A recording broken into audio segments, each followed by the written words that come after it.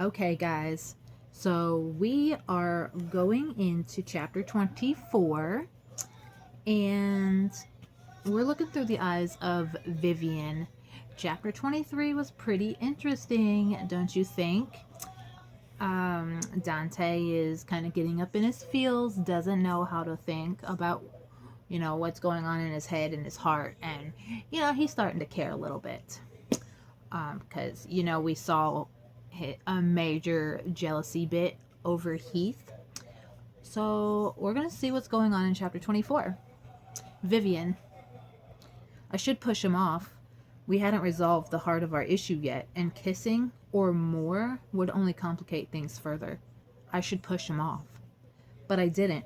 Instead, I threaded my fingers through his hair and succumbed to the skillful assault of my senses, the firm grip of the back of my neck, the expert pressure of his lips, the way Dante's body melted to mine, all hard muscles and heat.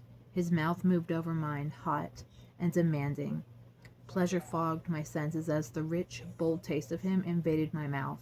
Our kiss in Bali had been passionate but impulsive. This was hard, primal, addicting.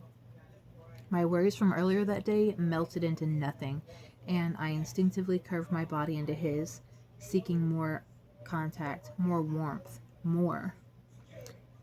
I'd kissed my fair share of men over the years, but none had ever kissed me like this. Like they were a conqueror hellbent on breaching my defenses. Like they were trapped in the desert and I was the only hope for salvation. A small gasp escaped when Dante hooked my legs around his waist and carried me out of the room without breaking our kiss. Blurry glimpses of gilt-framed paintings and gold wall scones passed through my peripheral vision as he navigated us through the maze of hallways. When we finally reached his room, he kicked the door shut behind us and set me down, his breath as ragged as my own.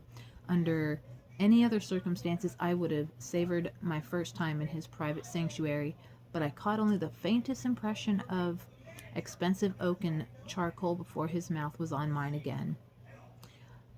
I pushed his jacket off his shoulders while he unzipped my dress. Our movements were frantic, almost desperate, as we tore our clothes off. His shirt, my bra, his pants, they fell away with tugs and pulls, leaving only heat and bare skin behind. We broke apart so Dante can roll on a condom. My mouth dried at the sight before me. I'd seen him shirtless in Bali, but this was different somehow. His body was sculpted with such perfection I half expected to find Michelangelo's signature lurking on one of his chiseled abs. Broad shoulders, muscled chest, bronze skin, and a faint dusting of black hair that tapered off down to, oh God, his cock jutted out, huge and hard, and the mere idea of it inside me sent twin frissions of apprehension and anticipation spiraling through my stomach. There was no way he'd fit. It was impossible. When I finally dragged my gaze back up to his eyes were already focused on me, dark and smothering with banked heat.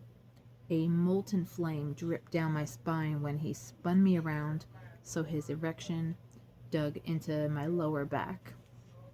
A full-length mirror hung on the wall opposite us, reflecting my bright eyes and flushed cheeks as Dante palmed my breasts, gently squeezing them and rubbing my nipples between his fingers until they stiffened. Lust, anticipation, and a hint of embarrassment pooled in my stomach, watching him explore my body, his touch almost arrogant in its lazy assuredness, was somehow more intimate than actual sex. You shouldn't have let him touch you, Miyakara. Dante's soft voice sent shivers over my skin a second before he pinched the sensitive peaks hard. I instinctively jerked at the jolt of pain and pleasure. I didn't. My reply melted into a breathy sigh when he dipped a hand between my legs. Do you want to know why? He continued as if I hadn't tried to respond. My teeth dug into my bottom lip. I shook my head. My hips bucked as he pressed his thumb against my clit. Because you're mine. His teeth scored my neck. You wear my ring. You've came on my face and hand. You live in my head all the fucking time, even if I don't want you to. His palm slid in on my hip when my fingers dug grooves into my skin. And God, I want to punish you for driving me so damn crazy every single day. I didn't get a chance to fully register his last sentence before he slammed into me and tore a cry from my throat. I was so wet, he slid in without much resistance, but the sensation was so sudden and intense I clinched without thinking. He hissed out a breath, but he didn't move until my body acclimated to his size and my whimpers of discomfort faded. Only did he pull out and push back in, slowly at first, then faster and deeper, until he set a rhythm that made my knees buckle. All thoughts vanished from my head as he hammered into me so deep he hit spots I didn't even know existed. My eyes fluttered closed, only to fly open again when a hand closed around my neck. Open your eyes, Dante growled. Look into the mirror when I'm fucking you. I did. The sight that greeted me was almost enough to tip me over the edge, my breast bouncing with every thrust, and my eyes were glassy with lust and unshed tears as he wrung every ounce of pleasure from me. An endless stream of moans and whimpers poured from my half-open mouth. I didn't look like a good, respectful girl I'd been raised to be. I looked wanton and needy and ravished beyond comprehension. My gaze locked with Dante's in the mirror. You like this? He daunted, watching me wreck your pussy while you make a mess all over my cock. My lungs couldn't get enough oxygen for me to respond with another, other than a strangled noise. This fucking was too intense, and all I wanted was for him to keep going, to push me further and further until I crashed over the cliff looming ahead.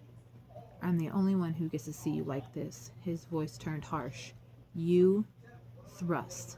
Our thrust. My thrust. Wife.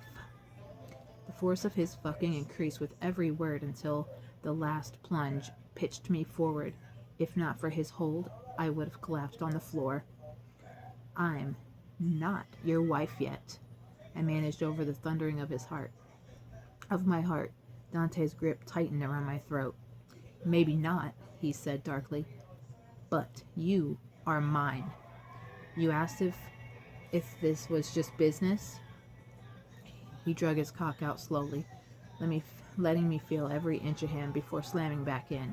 Electric sensations shot through me, turning my body into a live wire. Does this feel like business? No, it didn't. It felt like hope. It felt like desire. It felt like ruin and salvation all in one.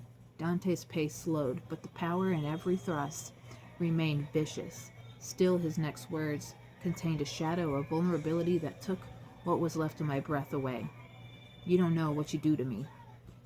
The rawness of his voice matched the desire in his eyes, dark, fathomless, and so visceral I left it in my bones. It was that look and those words, spoken in that voice, that finally tipped me over the edge. I came with a sharp cry. My body shuddered around his. He followed soon after, his cock pulsing inside me until we were both spent and gasping for air. We held on to each other, our breaths gradually evening in unison as we came down from our highs. Look at us, Mia Cara. Dante's soft command brushes against my skin. I did. Our reflection staring back at us, dazed and slick with sweat. His arms wrapped around me from behind and his cheek pressed against mine as our gazes connected in the mirror. Something that was both ache and fullness tugged at my heart. What we had wasn't soft, emotional sex, at least not at the surface, but beneath the rough hands and filthy words, a storm of emotions had blown through and upended our entire relationship.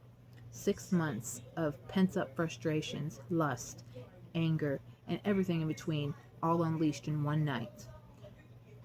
I wouldn't know the aftermath until morning, but I knew there was no going back to the way things used to be. Ooh, y'all, that was a pretty hot sex scene. Chapter 25 is coming ahead. Toodles! Make sure you guys hit that like and subscribe button so y'all can keep up with the chapters. Bye!